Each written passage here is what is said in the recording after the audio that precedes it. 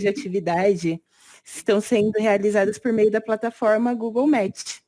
A participação é gratuita e para toda a população. A Semana da Mulher Negra se dá devido ao dia 25 de julho, que passou a ser o Dia Nacional da Mulher Negra no Brasil, graças à sanção da sessão presidencial da Lei 12.987 de 2014. O objetivo foi criar um símbolo de luta das mulheres negras. A data já é marco internacional de resistência, tendo sido criada no Encontro Afro-Latino-Americana na República Dominicana, em 1992. Em Porto Ferreira, vem sendo realizadas atividades para a contemplação dessa lei desde 2018, com palestras, intervenções artísticas e outras ações. No texto do projeto, é lembrada a trajetória de Teresa Benguela, líder quilombola, que reforça a existência de heroínas negras, orgulho de sua raça e de sua história. Teresa foi líder da causa que viveu no estado do Mato Grosso, na região centro-oeste do Brasil. A palestra de hoje tem como tema Necropolítica e Resistência da Mulher Negra. E nossa palestrante é a Adileia Martins. A Adileia iniciou sua atuação profissional como intérprete de Libras, a linguagem brasileira de sinais, na PUC Campinas, onde cursou sua licenciatura em Educação Especial, compôs a sua equipe do Programa de Acessibilidade para Pessoas com Deficiência, PROACES. Esse programa é pioneiro na oferta de condições de acessibilidade ao ensino superior. E nessa mesma instituição, ela cursou o mestrado em Educação com... Desculpe, gente, está muito pequenininho aqui. Mas nessa mesma instituição, ela cursou seu mestrado em Educação com dissertação intitulada Trajetórias de Formação, Condições de Trabalho de Intérpretes de Libras em Instituições de Educação Superior. Na Universidade Federal de São Carlos, sua carreira teve início com atuação como docente voluntária, substituta e, durante o doutorado, ingressou na carreira de magistério superior como professora efetiva nessa instituição. Sua tese de doutorado aborda o acesso do estudante surdo ao ensino superior com o uso da nota obtida no Enem, uma análise documental e estatística dos microdados do Instituto Nacional do Estudo de Pesquisas Educacionais, INEP, financiada pelo Programa Observatório em Educação, OBEDUP, CAPES. É professora do Departamento de Psicologia, do curso de bacharelado em Tradução e Interpretação de Linguagem de Sinal Brasileira e Língua Portuguesa, e do Programa de Pós-Graduação em Educação Especial. Suas duas obras mais recentes é o e-book Você Disse Libras e o livro Cenas do Cotidiano Escolar, Tradutores e Intérpretes de Língua Brasileira de Sinais e Língua Portuguesa no Ensino Fundamental e Médio. Abordam a educação bilíngue e inclusiva dos surdos, sendo a última seu diferencial no mercado editorial, por representar a intersecção entre educação de surdos, antirracismo e reflexões etnorraciais. E hoje, quem está fazendo aí a nossa interpretação de Libras é a Amanda Pompeu. Muito obrigada, Amanda. E quem tiver perguntas, logo após a fala da nossa querida Adileia, é só se inscrever no chat, colocar seu nome no chat, e logo após a fala dela, vai ser aberta as perguntas, tudo bem? Então, eu quero passar a palavra agora para a Adileia, para ela começar a sua palestra. Muito obrigada, Adileia. Sou eu quem devo agradecer a sua presença aqui. Fico muito feliz sempre que tenho contato com essa equipe maravilhosa de Porto Ferreira. Então, parabenizar novamente a essa gestão e aos profissionais envolvidos nesse trabalho, porque nós só podemos mudar essa sociedade e garantir que muitas outras pessoas tenham acesso a esse conhecimento por meio de ações como essas e por meio de propostas que deem visibilidade para um tema que foi tão marginalizado ao longo de tantos anos e de projetos que tiveram como objetivo invisibilizar o debate. Bem, eu gosto sempre, né, de falar um pouco sobre esse processo de formação e de letramento racial.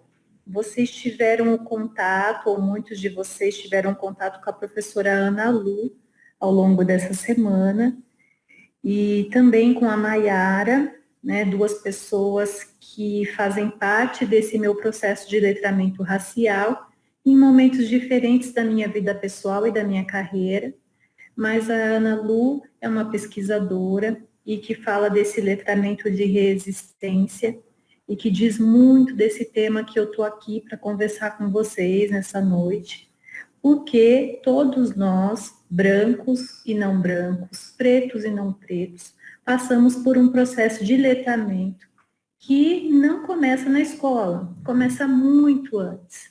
Então, boa parte dos valores que nós carregamos ao longo da nossa vida, eles chegam até nós por meio de uma linguagem que se constitui pela interação com os nossos familiares, com as pessoas que estão ao nosso redor, nos nossos lares.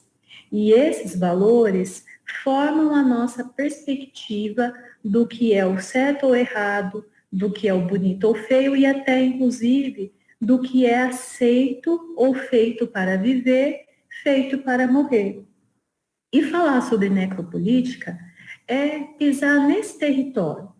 Pisar num território onde a nossa cultura e os valores que são disseminados em nossa sociedade permitem escolher, identificar quem nasceu para viver e quem nasceu para morrer. Então, o primeiro conceito que a gente traz nessa noite é o de necropolítica, que é uma política de morte. Nós temos autores renomados, pesquisadores que trabalham com essa temática, e nessa noite eu vou fazer um recorte para uma posição ocupada por um público, que é um público que eu faço parte como mulher, como pesquisadora, como mulher negra, com cabelo crespo assumido, uma mulher que é membro da intelectualidade brasileira, que está numa universidade pública, num cargo de docência, da pesquisa, e que ainda assim se depara com os efeitos dessa política de morte. Fico feliz por ver a Amanda atuando como tradutora nessa noite, porque foi um lugar que eu ocupei por muitos anos, logo recém-formada, né, eu fiz a minha graduação em educação especial. Naquele momento, não havia uma formação específica para intérpretes de língua de sinais, e fiz exame de proficiência, obtive esse reconhecimento, fiz um mestrado, um doutorado, e ainda assim, muitas pessoas vão olhar para nós, mulheres, nessa condição que nós ocupamos, e vão questionar o nosso conhecimento, a nossa competência, porque elas estão acostumadas a ver essas pessoas nós ocuparmos lugares que são de subalternidade ou que são de inexistência. Por que inexistência? E aí eu vou trazer uma provocação, como eu gosto de trabalhar, que é fazer com que as pessoas que me ouvem, que acompanham a minha discussão, as nossas propostas, que é pensar, quantas vezes eu tive uma professora negra? Em que momento da minha vida eu tive a oportunidade de ser atendido por uma médica negra? Quais foram os momentos em que eu pude assistir numa televisão, num canal aberto ou num canal pago, e assistir personagens que tinham essas características étnicas, o cabelo crespo, a cor da pele tinta, que é o negro mais escura. Esses papéis que essas pessoas ocupavam, dizem respeito, de fato, a posições de prestígio na nossa sociedade. E aí, a gente passa a observar que poucas vezes nós, mulheres negras, tido, porque pela Constituição Federativa do Brasil, nós somos todos iguais, homens, mulheres, independente da cor de pele, gênero, raça, etnia, origem social. E para além de todas as intersecções possíveis existentes relacionadas ao racismo, está o nosso direito de escolha e a competência que nós temos de ocupar os espaços de acordo com o nosso desejo, a nossa vontade de seguir carreiras, mesmo que as pessoas não estejam acostumadas a nos ver nessa posição. Então, a política de morte, ela é uma forma de racismo institucional que faz parte de um contexto que exclui a nossa presença física de locais que são comuns a todas as outras pessoas. Por vezes, essa política de morte se manifesta fisicamente. E aí eu vou trazer alguns dados estatísticos para essa nossa conversa. Então, bom, nós sabemos que o índice de violência doméstica no Brasil é altíssimo. É altíssimo para o gênero feminino. Então, nós sabemos que as mulheres são vistas pelos homens como objetos, como posse. Então, boa parte das situações que envolvem agressão física nos lares brasileiros tem uma relação direta com a insatisfação do antigo parceiro quando a mulher rompe uma relação afetiva. De acordo ainda com esses dados estatísticos, quando a gente olha para o gênero feminino, boa parte dessas mulheres são negras. E isso tem um fato histórico que justifica. Qual é o fato histórico? É a colonização. Daí a importância de discursar e de defender uma narrativa negra dessa história. Porque a narrativa do colonizador é a de que eu cheguei numa terra impovoada, uma terra que não era habitada por ninguém, e eu tomei posse dela, e com ela veio o povo nativo, e aí eu trouxe um povo de outro país, de outro continente, para que me servisse como mão de obra. E essas pessoas que vieram para o Brasil, num processo de colonização, vieram por livre vontade, ou porque as condições que eram ofertadas a eles eram satisfatórias, eram condições melhores do que a que eles viviam no seu continente de origem. Essa forma de contar a história do povo negro, do povo africano e a sua vinda para o Brasil não corresponde à nossa realidade. A nossa realidade é a de uma vinda forçada para um país e de invalidação da nossa cultura, das nossas línguas, dos nossos valores. E a consequência disso é a criação de estratégias de anulação dessa figura feminina dentro de uma cultura, de um valor ancestral em que a mulher ela adquire uma posição de extrema importância. Então, na cultura africana, a figura da mulher é a figura de alguém que deve ser amado, respeitado, tratado com zelo, é a figura da pessoa que gera vida. E a despeito disso, a cultura do colonizador é aquela que coloca a mulher a serviço do outro. E nessa diferenciação entre pessoas que foram feitas para viver e gozar de todos os seus direitos, estão aquelas mulheres que foram feitas para servir a casa grande. Então, a mulher branca, embora ela sofra violência, ela está na posição de ser a proprietária dos bens materiais, enquanto a mulher negra ocupa a posição de quem está na casa grande para servir. E isso justifica o dado estatístico. Boa parte das mulheres que sofrem violência doméstica são negras. E por que elas sofrem tanta violência doméstica? Porque para nós esse projeto, essa política de morte, ela é incidente a ponto de ser tão difícil transpor até nas relações mais íntimas, que são as relações familiares.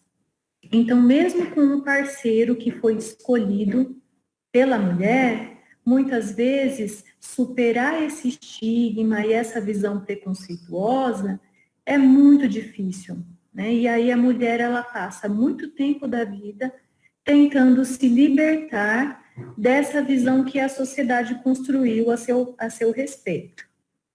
Bom, eu gosto de literatura, e essa obra aqui é Quarto de Despejo, Diário de uma Favelada, da Carolina Maria de Jesus. Por que eu trouxe essa obra para me ajudar a conversar com vocês sobre esse assunto?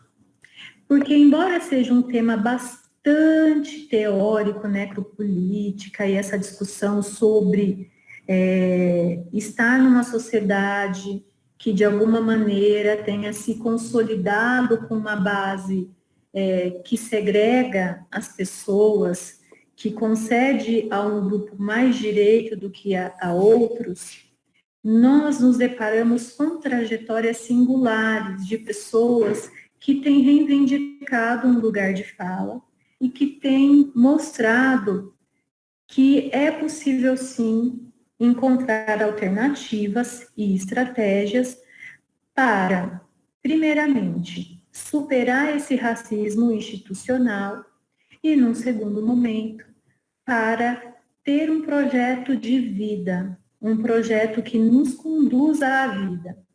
E a ideia central é justamente essa: nós temos projetos, ações que concedam a cada um de nós, a cada uma de nós mulheres, a possibilidade de reivindicar esse lugar de vida. Então, estou eu aqui, Dileia, estamos todas nós aqui para reivindicar esse lugar que é nosso e que é de vida. Carolina de Jesus foi uma mulher que pôde construir uma trajetória profissional, tendo como referência sonhos que compuseram o seu imaginário, enquanto moradora da periferia de São Paulo, mais precisamente da região do Canindé. E a favela do Canindé, ela foi uma das mais antigas de São Paulo e ficava na região ali do Tietê. Carolina de Jesus era uma mulher que, para essa sociedade, teoricamente, não teria condições de ter se tornado uma escritora famosa, reconhecida mundialmente. Então, o que a Carolina representa para nós? A Carolina representa a vida, representa a superação, representa a resiliência, representa que todas nós, mulheres negras, podemos transpor as barreiras que nos são impostas, apesar da violência, apesar do descrédito, apesar dessa política de morte. Bom, Carolina conta nessa obra detalhes que são enfrentados do cotidiano, enfrentados por boa parte dos brasileiros. Uma questão que sobressai, a fome. Uma segunda questão, o ser mulher e ser chefe de um lar. A terceira questão, empregabilidade. Qual é a fonte de renda das mulheres negras? uma quarta questão, a maternidade. Esses 4 elementos são centrais quando a gente fala da superação das formas de exclusão social e de marginalidade que hoje se constituem no nosso país. E aí a gente diz, ser mulher e não ter um emprego é algo muito complicado, porque a gente sabe que os programas sociais, eles são limitados e que boa parte das mulheres lideram os lares brasileiros. Isso também é um dado estatístico, tá? Então, diferente de outros momentos da sociedade, da nossa vida, né, enquanto país, em que os homens bancavam as despesas domésticas, hoje são as mulheres que mantêm os seus lares. Então, esse é um fato importantíssimo. Sem emprego, os lares não se mantêm. E a figura da mulher que cumpre a função de pai e mãe ou a função de família sem a participação de outras pessoas também é muito frequente. Então, ser mulher, ser negra é ocupar a posição de levar o sustento para o lar, de cuidar dos filhos, de ter uma certa solidão que diz respeito à ausência de uma infraestrutura governamental voltada para o combate dessa política de morte, porque boa parte dos gestores públicos, municipais e estaduais desconhecem esse aparato social e, com isso, eles não conseguem propor ações capazes de contribuir de fato para a liberdade, para a autonomia dessas mulheres negras. Então, Carolina de Jesus traz na sua obra, e eu espero que essa conversa desperte em vocês o desejo de lê-la, de conhecer a autora, e que vocês possam compreender como essas artimanhas do racismo institucional vão se constituindo estratégias que conduzem as mulheres para o adoecimento. Então, esse é um outro elemento importante. A saúde da mulher. Como combater a necropolítica? Cuidando para que a gente não adoeça. Mantendo ações que incentivem essa autonomia, o desenvolvimento profissional, o aumento das oportunidades de trabalho, das oportunidades de qualificação profissional, sobretudo projetos que nos direcionem, que nos conduzam a um projeto de vida. Carolina foi uma de nós, uma das mulheres que mostrou o quanto é importante que os projetos políticos contemplem a figura de quem mais precisa. Um dos ensinamentos desta autora é justamente a fome educa. Né? Então, o Brasil deveria ser governado por alguém que já passou fome. Por quê? Porque muitas pessoas assumem gestões, assumem cargos, posições de destaque, sejam na rede pública ou na rede privada, e não fazem bom uso dessa posição. E Carolina vai mostrar que para reverter esse processo de exclusão social, a nossa estrutura precisa mudar. Então, quando a gente fala de mudança, transformação, reivindicação de direitos, a gente precisa mexer na base, certo?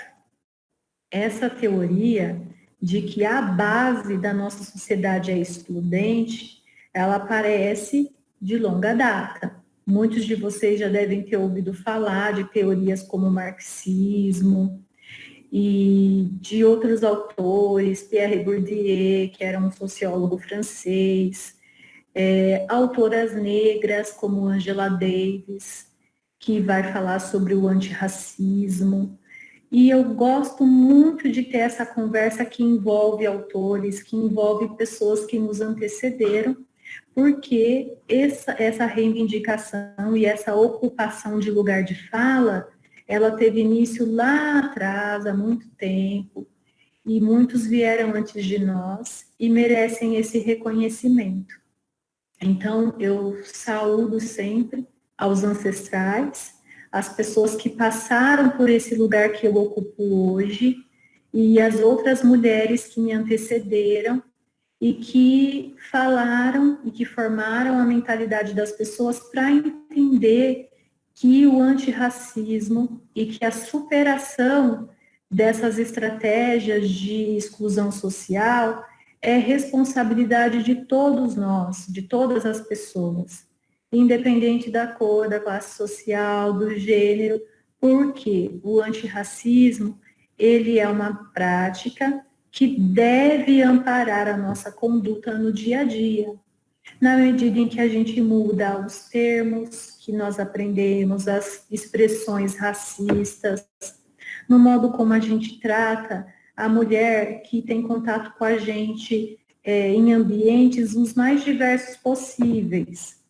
sobretudo na educação que nós concedemos aos homens, para que eles não tenham essa visão machista sobre quem é a mulher na sociedade e que eles possam aprender a ver o corpo feminino negro, de modo diferente do que se tem sido ensinado a eles. Então, o antirracismo e o combate à exclusão acompanha de um processo educacional. E aí eu convido a professora Nilma Lino Gomes para fazer parte também dessa roda de discussão, de debate. Por quê? Porque a participação, o envolvimento no movimento negro educa.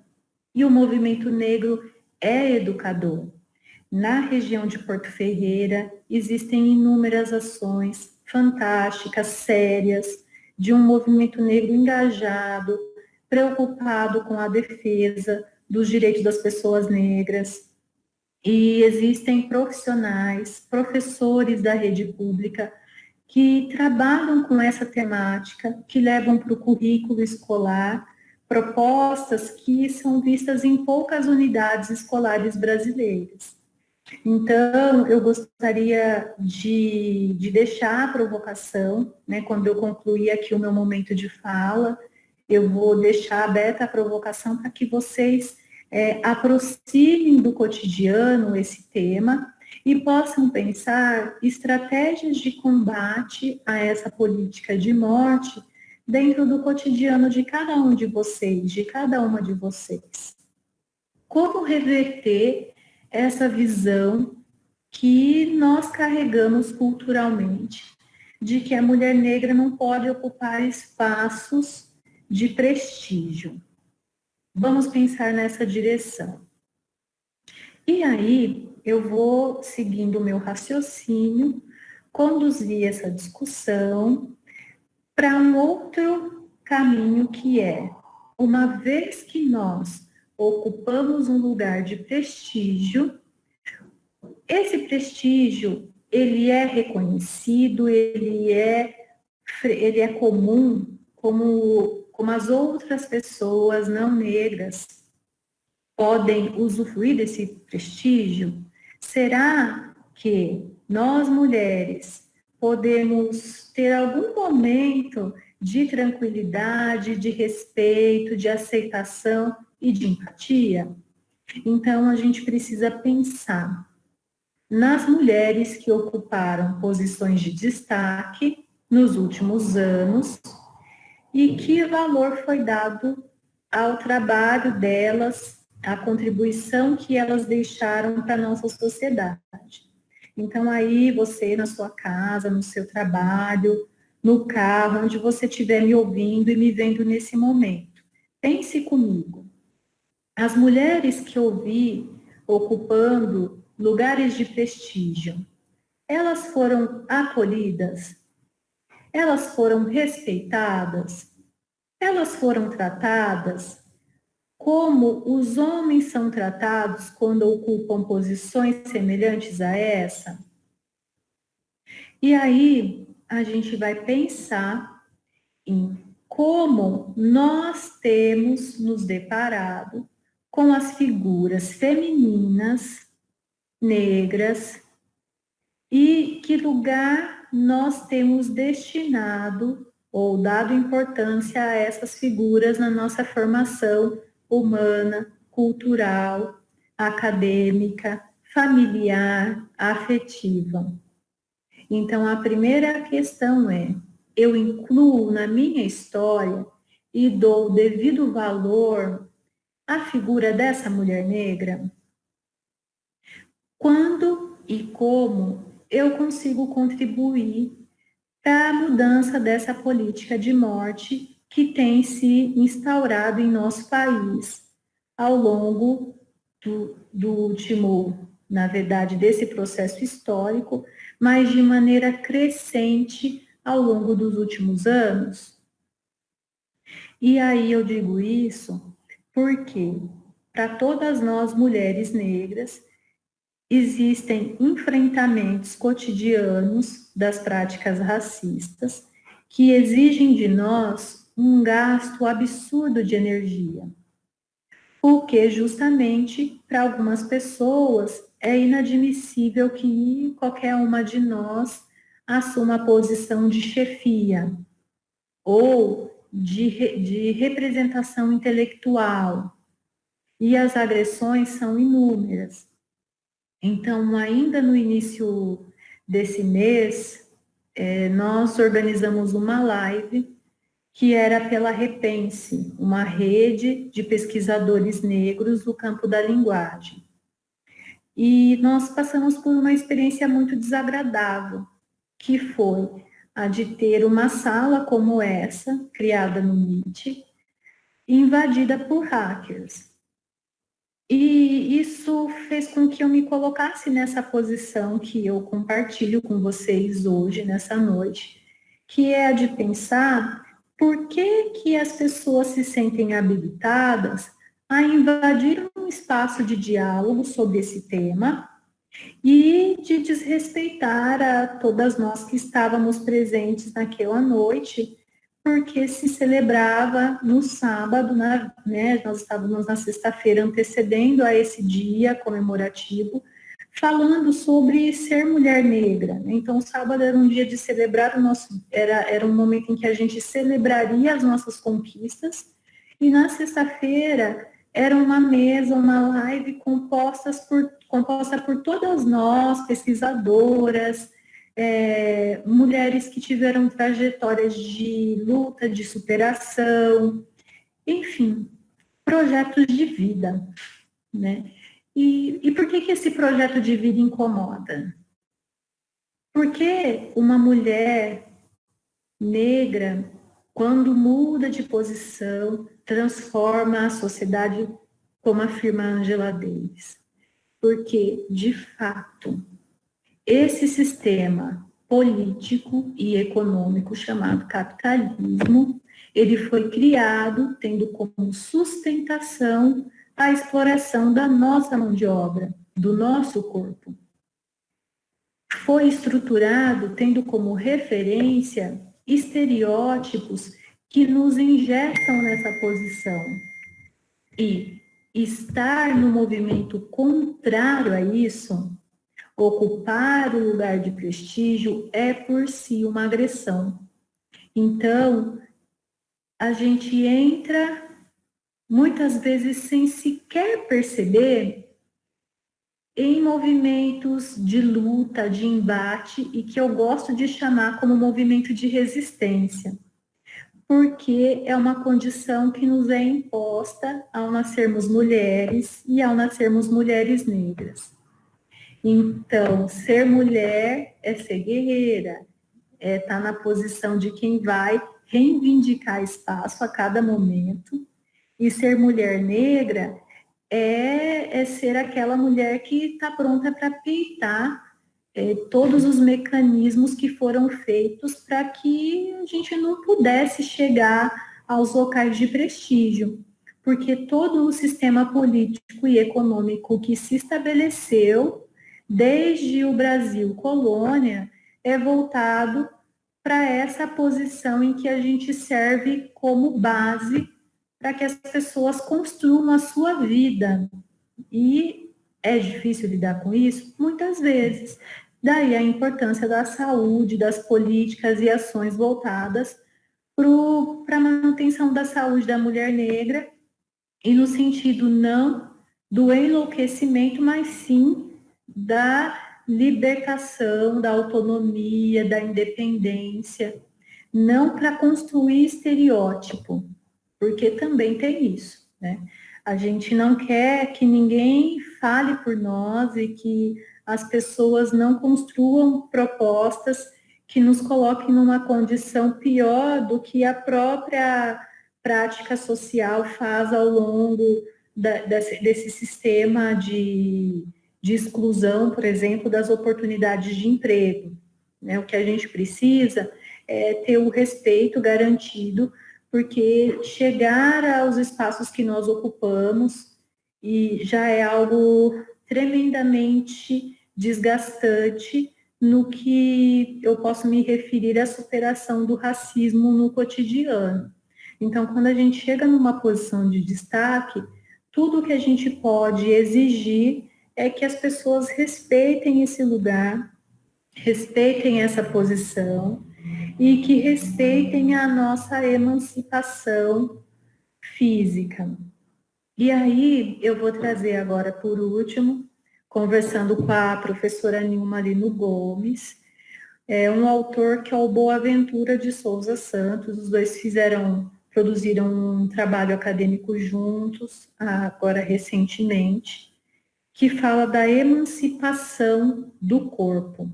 E aí a emancipação do corpo tem uma relação direta com, primeiro, diante de uma sociedade que se consolidou por meio de um sistema político que escraviza os corpos, a nossa emancipação se dá, primeiro, pelo nosso reconhecimento identitário como uma pessoa livre, como alguém que pode ter o cabelo crespo, independente dos padrões que foram instituídos de beleza, como alguém que tem a cultura africana na sua base ancestral, independente desses valores terem sido excluídos do nosso currículo escolar, dos nossos valores afetivos, independente da gente não ter contato anterior com a importância da natureza, das ervas, dos chás, que dizem dessa nossa ancestralidade. Então, emancipar-se é colocar na posição de ser livre para conceder a nós mesmos o direito de nos apropriarmos desses valores que nos foram negados. Ter um corpo preto emancipado é reivindicar a existência num espaço e num contexto em que as pessoas vão definir que a sua formação não é legítima, porque você possui um diploma, você é uma graduada, mestra, doutora, mas muita gente vai questionar a tua formação, a sua competência para discutir temas que você domina. Ou simplesmente as pessoas vão colocar o seu currículo lá embaixo na pilha, porque elas vão questionar a tua aparência, porque vão dizer que o teu corpo deveria atender um padrão que você não quer seguir, porque você decidiu se amar e se achar bonita do jeito que você é. Então, a escolha pelo cabelo que você quer manter crespo, ou com alisamento, ou com trança, ou com dreads, é muito pessoal. E os empregadores não têm o direito de dizer para você, mulher preta, que você tem que alisar o cabelo, ou que você tem que deixar o cabelo menos armado para poder ter a vaga de emprego. Um corpo preto emancipado é um corpo feliz, é um corpo que se ama, que se olha no espelho e que não fica tentando se enquadrar no número do manequim que eles vendem porque criaram as calças e os vestidos para os padrões europeus, que não são os nossos. Então, as mulheres brasileiras, elas não têm que se encaixar nesses padrões que não pertencem a elas. E as mulheres afro-brasileiras não têm que fazer de conta que os seus quadris não são bonitos, porque tem gente que vai dizer que o padrão é a mulher branca, alta e magra. Um corpo preto emancipado é um corpo livre desse peso, de manter o peso dentro daquilo que dizem que é o saudável. Ter saúde é diferente, muito diferente de ser magro. E muita gente aqui sabe disso. Muita gente é magro, mas não pratica uma atividade física, não come nada saudável, não tem uma proteína, não tem um nutriente. Então, a emancipação do nosso corpo passa pelo conhecimento, passa pelo amor próprio, passa pelo autocuidado, passa pela aceitação da nossa pessoa, de quem a gente é, com os nossos ditos defeitos, mas também com todas as nossas qualidades. E reconhecer as qualidades é mais importante do que aceitar essa política que vai dizer que nós não somos qualificadas ou que vai dizer que a gente deve se adequar a um padrão e que a gente discorda, mas que também não tem coragem de propor nenhum tipo de mudança. Então, eu sei que muitas de vocês, né, que me ouvem nesse momento, estão entendendo exatamente, né, a que tipo de situação eu me refiro.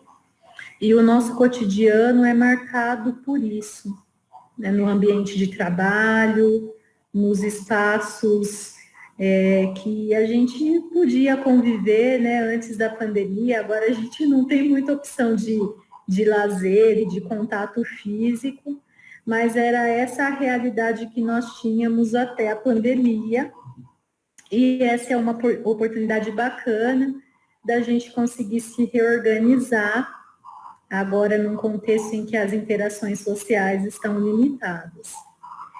Eu vou parar de falar por aqui, porque eu gosto bastante de conversar, tanto sobre o tema, quanto conversar de modo geral, e eu estou um pouco curiosa para saber o que vocês estão pensando aí, me ouvindo falar aqui essa noite, tá bem? Então é isso. Muito obrigada, quero agradecer a Mana Edileia, que foi tão assertiva numa temática que é tão sensível, porém tão profunda. Então, principalmente no momento que nós estamos, né, enquanto pandemia, enquanto governos, políticas.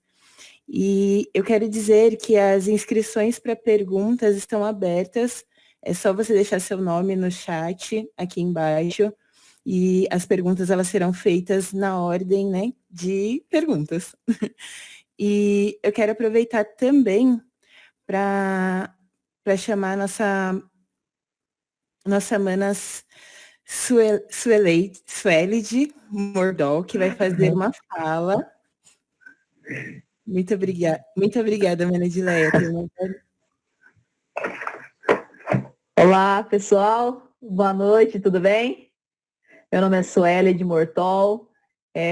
Vou participar aqui com um texto aqui do professor Alexandre, que está presente aqui conosco, que presenteou aqui para eu poder fazer a leitura nessa noite. E, Edileia, obrigada pela fala, viu? E acho que isso agrega muito, nos dá força e a gente vem se fortalecendo a cada live, a cada compartilhar. E com certeza após ali no bate-papo vai ter muita coisa ali ainda para a gente fortalecer juntas. Obrigado, viu?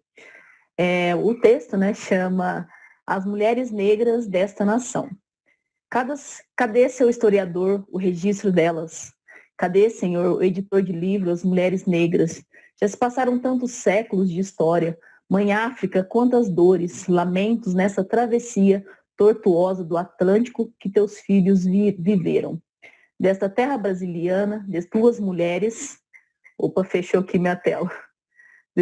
Desculpa, gente.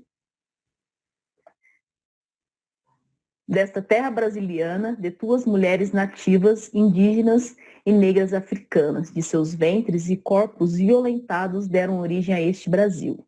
Nos livros de histórias não estão os nomes de Aqualume e Dandara, mulheres guerreiras que lutaram em prol da liberdade que pulsavam em suas veias.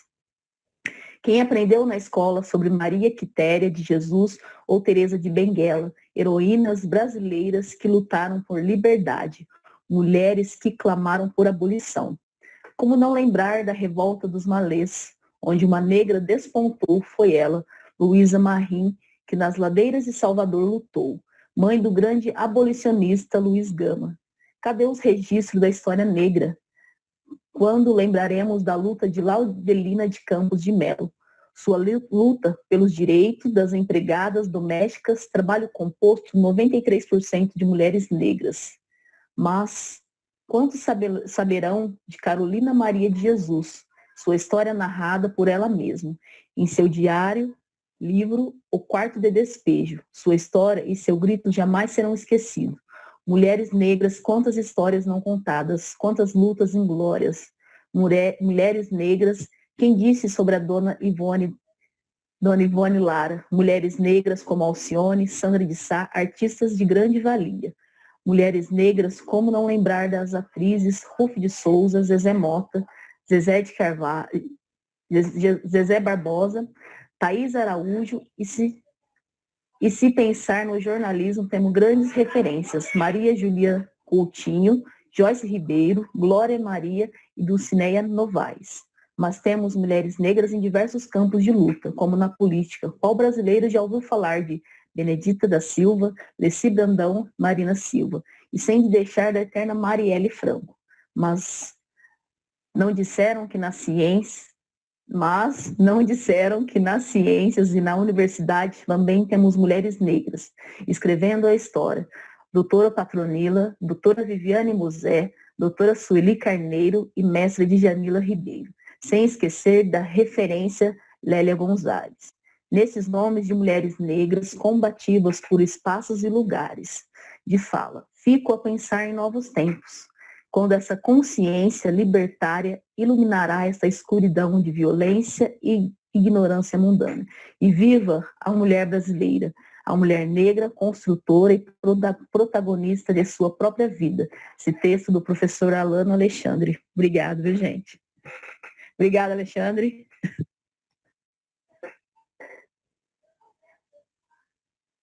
Era essa contribuição, tá? Muito obrigada, Sueli de Mordol, pelo texto. Pessoal, já está aberto o chat para perguntas. Quem tiver alguma pergunta para a Dileia.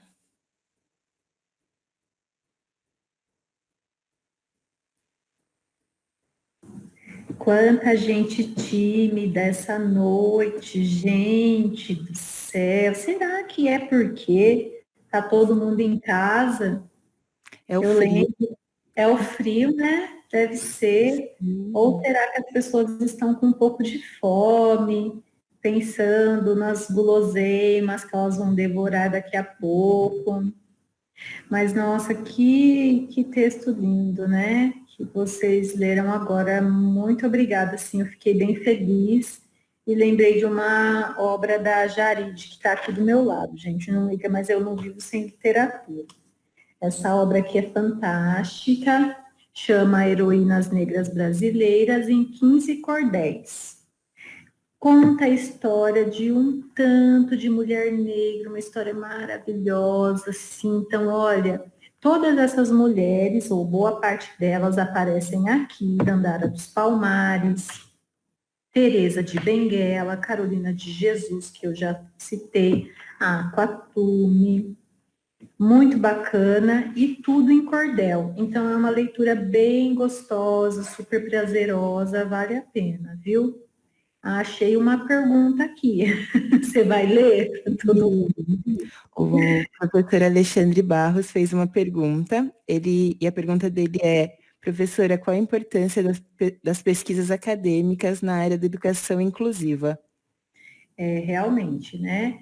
Então, a gente tem vertentes da educação inclusiva, professor Alexandre, é sempre um prazer poder conversar com você, e a gente não está, né, no encontro presencial, mas eu gosto de trocar muitas ideias sobre currículo, né, com o professor Alexandre, e aí a educação inclusiva, ela aparece com um viés, né, o viés da inclusão da pessoa com deficiência, nos espaços sociais, inclusive no educacional, né, por meio de recursos especializados, e a educação inclusiva também aparece quando a gente olha para as minorias e para o fato de que essas minorias não puderam ter acesso à educação como a elite brasileira, né, teve.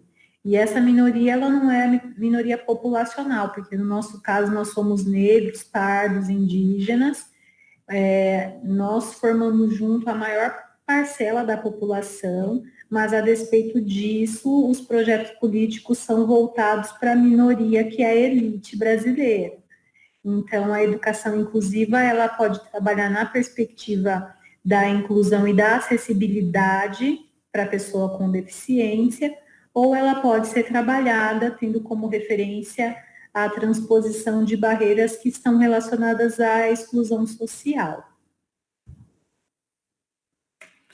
Muito obrigada. Tem uma segunda pergunta, que é da Jaque, maravilhosa. Como lidar com pessoas que diminuem os esforços de nós, mulheres negras, que ocupamos alguns espaços, reduzindo elas à mesma frase. Fulano só está, só fez, porque por conta de fulano ou ciclano, como se a gente fosse sempre refém do branco salvador. Jaque, boa noite. Também conheço a Jaque, me lembro dela, uma pessoa maravilhosa, guerreira.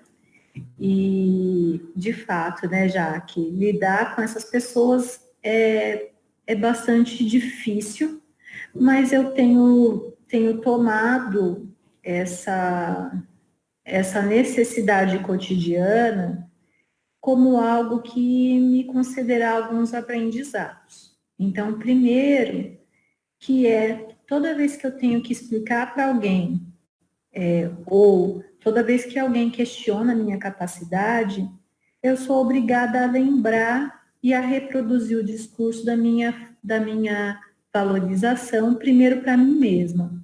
Então, imagine que a cada dia você olha no espelho e se declara a si mesma. Então, toda vez que alguém questionar a sua competência, ou a competência de uma mulher negra que você ama, porque a gente tem isso, né, no nosso cotidiano, por vezes a gente se sente ferido não pelo que a gente enfrentou, mas pelo que alguma amiga, pelo que a nossa mãe, a nossa tia, enfim. E toda vez que isso acontece, a gente tem uma oportunidade, que é de se autodeclarar. E isso é importantíssimo como estratégia de resistência. Então, toda vez que a gente tem a oportunidade de pensar no quanto nós somos importantes, lindas, bonitas, é fenomenal, porque apesar do esforço, né, das pessoas em manter esse ciclo de exclusão social, a gente vai criando força para transpor, para superar essas estratégias de violência simbólica. Tá bem? Obrigada. A Josivânia Mendonça colocou aqui que ela é professora de educação infantil e ela busca sempre apresentar para as crianças livros com personagens negros, e existe uma grande dificuldade de encontrar autoras negras que escrevam para crianças bem pequenas.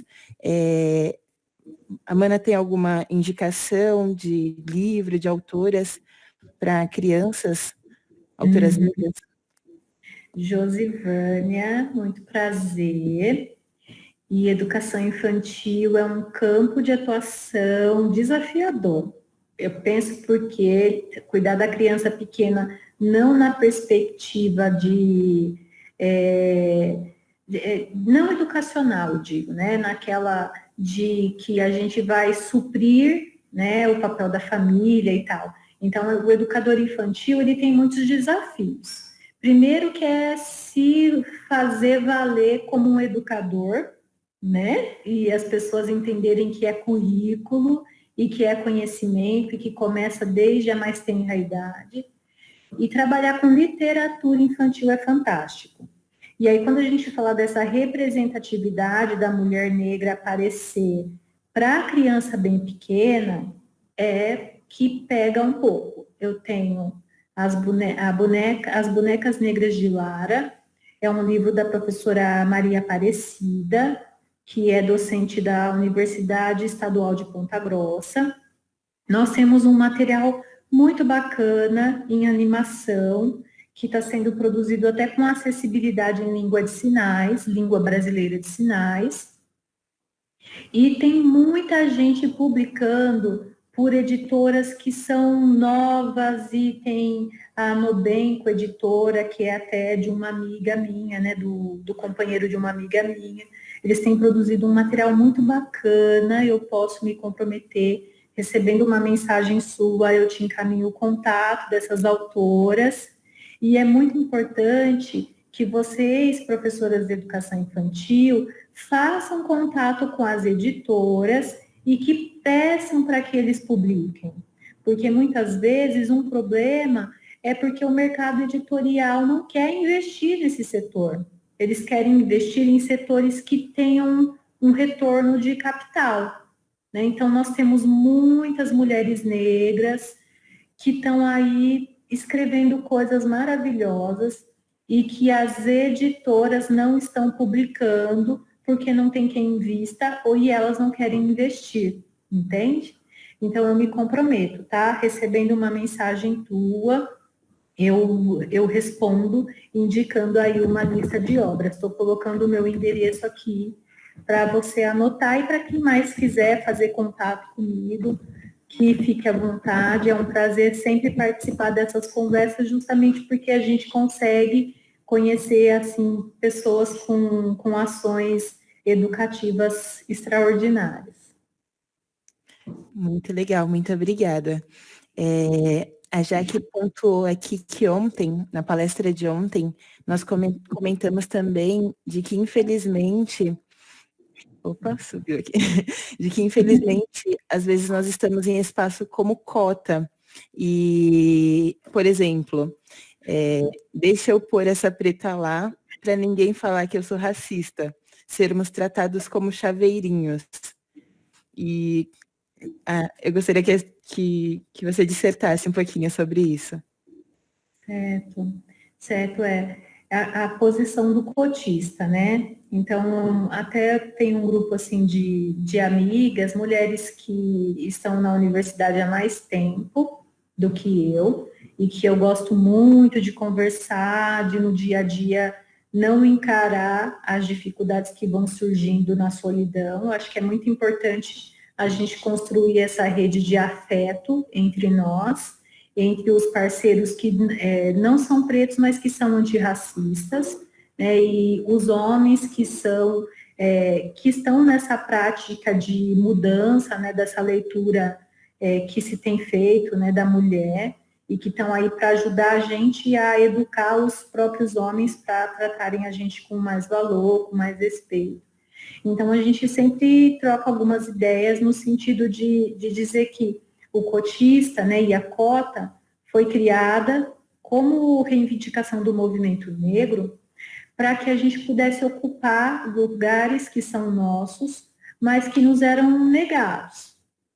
Agora, a cota, ela não pode ser usada, a gente não pode permitir que a gente ocupe essa posição de alguém que foi colocado para servir de ilustração, né? Para quando sair a foto, né, a gente aparecer lá, né, como a gente tem visto, infelizmente, acontecer com muitas equipes políticas, com muitos gestores que colocam o negro para ilustrar um apoio ao movimento negro, mas que, na verdade, vem seguido de agressões as leis que nós reivindicamos para garantir o nosso espaço na pós-graduação, por exemplo, né? Então, a gente se depara com esse movimento o tempo inteiro, seja num plano macro, seja no plano micro, que é o do nosso dia a dia, que é esse que a Jaque está trazendo para nós. Então, lidar com isso é reivindicar o poder de decisão, reivindicar a nossa participação, para além de ter um nome numa lista, por exemplo, imagine que você é docente de uma escola, né? Então, você trabalha com temáticas que têm uma relação direta com a sua subjetividade enquanto mulher negra. E esse tema precisa aparecer nesse projeto político-pedagógico, não só na sua sala de aula. Esse projeto, né, essa temática, ela precisa ser expandida para o currículo como um todo. E também para a criança que está na escola pública, quando ela está com seus coleguinhas, está com a sua turma, a gente não pode tratar essa criança como um cotista na turma, estereotipando o cabelo, a cor da pele, falando é cor de chocolate, né? Então, onde é que está, né, a nossa postura de mudança e de mudar, de reverter essa noção que se tem de ser o chaveirinho? Começa aí, começa quando a gente trata a criança pequena com o respeito que ela merece, quando a gente situa a cultura afro-brasileira no currículo como parte do conteúdo que vai ser ensinado e, sobretudo, quando a gente não trata de modo pejorativo as práticas que envolvem as nossas relações raciais. Certinho, gente? Show. Professor Alexandre comentou que não vê a hora de fazermos um congresso de educação e a senhora vir a brilhantar. Tá certo, Alexandre. A gente tem que botar na nossa lista de desejos, né? Acho que se for congresso virtual, se tiver com muita vontade, agora é só assim, né? Sim. E a Jaque também colocou aqui que para a senhora contar para a gente como é a relação entre de você com seus alunos negros e negras, né? E se o número é expressivo de alunos negros, acredito. Já que, olha, eu penso que é sempre uma alegria quando a gente estabelece um vínculo afetivo bacana com os estudantes. E eu falo estudantes de modo geral.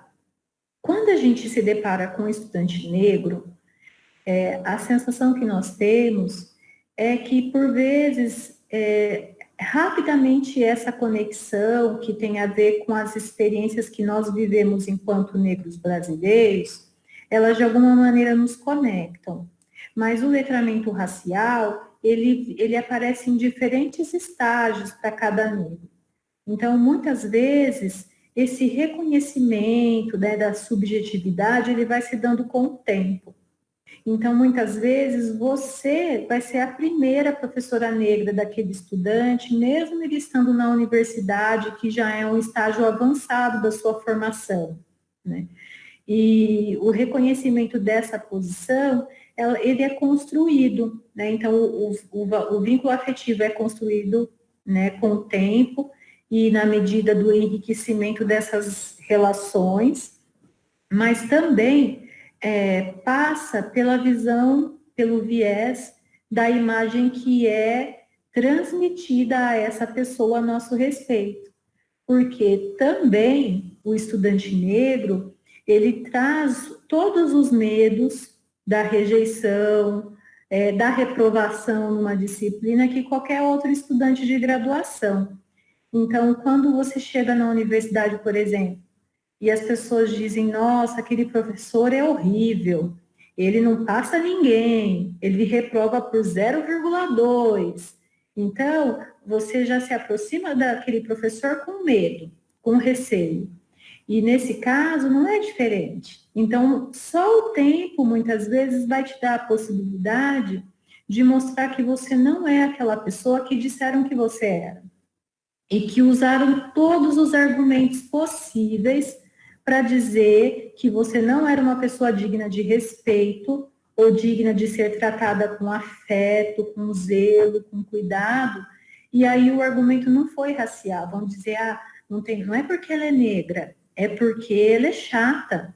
Não é porque ela é negra, é porque ela não escova os dentes, entende? Então as pessoas vão achar motivos que são ridículos para justificar a necessidade dessa pessoa se distanciar de você. E muitas vezes essas armadilhas atingem a nós negros, né? E aí você tem todo um trabalho que é o de reverter esse processo que nos distancia. E nós sabemos, como Conceição Evaristo, né, já bem disse, o aquilombamento é a nossa principal arma. Então, a estratégia é justamente fazer com que a gente esteja separado uns dos outros. E é muito difícil transpor essa separação. Então, todo o movimento negro só funcionou, e essa história de reivindicação só funcionou porque nós somos um coletivo. E é isso, gente, senão nós vamos emendar aqui essa conversa, não vai acabar hoje. Mais alguma pergunta?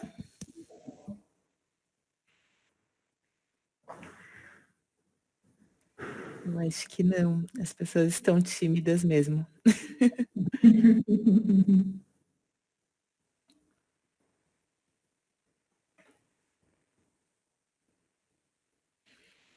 Eu posso fazer uma pergunta, já que não tem ninguém?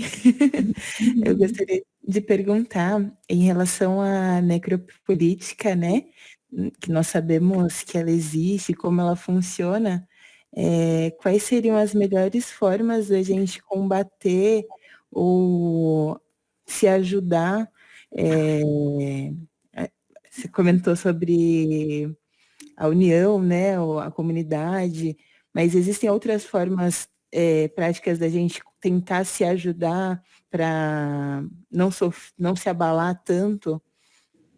Sim, sim. Muito bacana você trazer esse questionamento, porque existem ferramentas para combater essa necropolítica, ferramentas políticas que estão relacionadas ao quanto a gente sabe e fazer escolhas, né? Escolhas e posições de líderes que vão nos representar.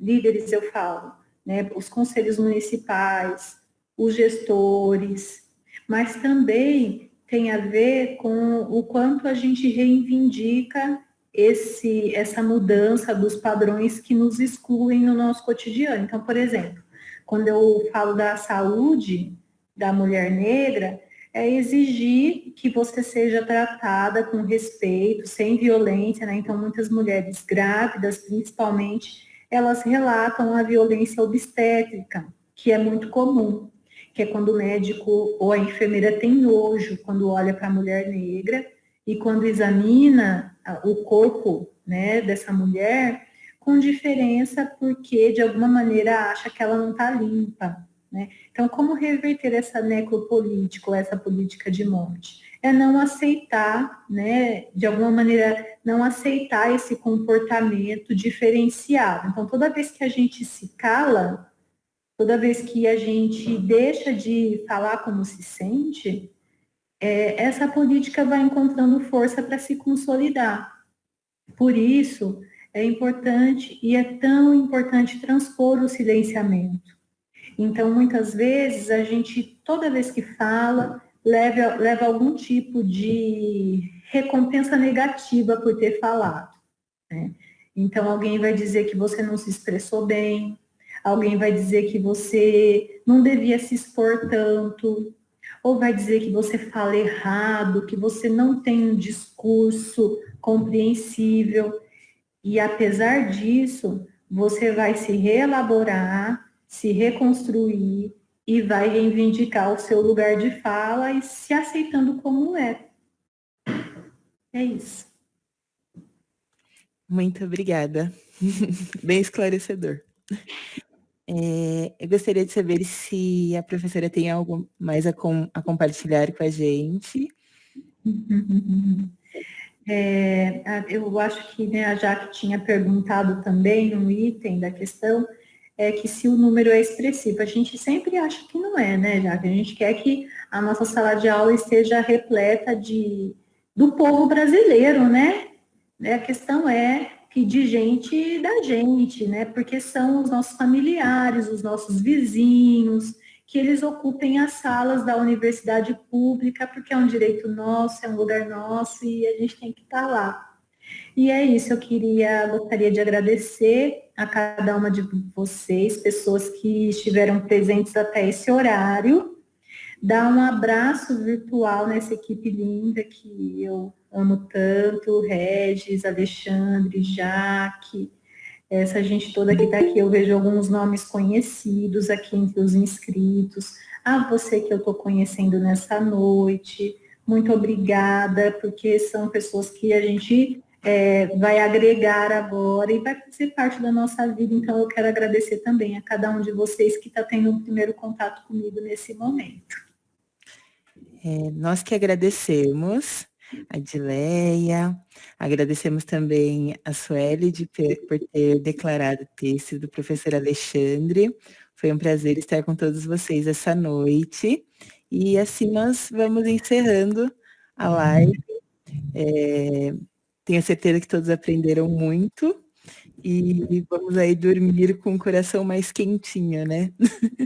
Isso mesmo. A gente tem que cuidar disso, né? Cuidar de discursos que ajudem a gente a manter a nossa saúde mental, a olhar para a vida. Sim, tem problemas, existem muitos problemas, mas a gente está aqui para enfrentar junto. Então, é dormir quentinho, com o coração quentinho, pensando que a gente tem com quem contar e que esse é um lugar de aquilombamento. É isso, gente. Boa noite. Um abraço e até mais. Tchau, pessoal. Boa noite. Obrigada.